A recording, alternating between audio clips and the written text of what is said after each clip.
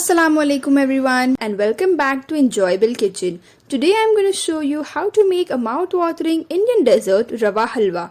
Firstly, in a pan, we add generous amount of ghee. Once the ghee melts, toss in a handful of cashews and almonds. Let them sizzle and roast until they turn a beautiful golden color. Once they are done, set them aside.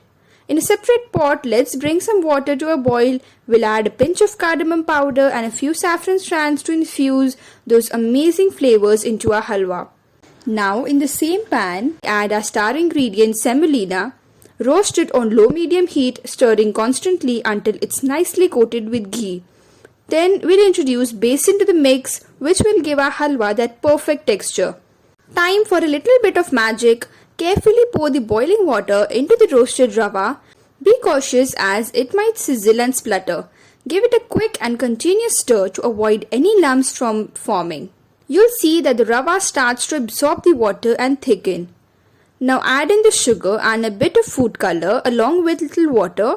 Keep stirring as the mixture might loosen up due to sugar. But don't worry, just cook the halwa with lid on until halwa has thickened, leaving the sides of the pan and the ghee starts to separate slightly. It's time to add those beautifully roasted nuts back into the mix. Our mouth-watering rava halwa is ready to be served. Don't forget to give this video a thumbs up, subscribe to Enjoyable Kitchen for more delicious recipes.